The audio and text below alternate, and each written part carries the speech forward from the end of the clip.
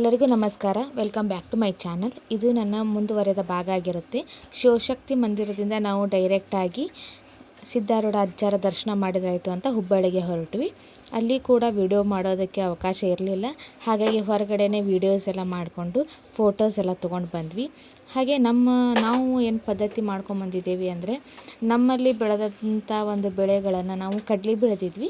ಅದನ್ನು ನಮ್ಮ ಕೈಲಿ ಎಷ್ಟು ನೀಗ್ತೈತೋ ಅಷ್ಟು ನಾವು ದೇವರಿಗೆ ಕೊಟ್ಟು ದೇವ್ರ ದರ್ಶನ ಮಾಡಿಕೊಂಡು ಅಲ್ಲೇ ಪ್ರಸಾದ ತೊಗೊಂಡು ಬರುವಂಥದ್ದು ನಾವು ಇಟ್ಕೊಂಡಿದ್ದು. ಅದಕ್ಕಾಗಿ ನಾವು ಹಾಗೆ ಮಾಡಿದ್ವಿ.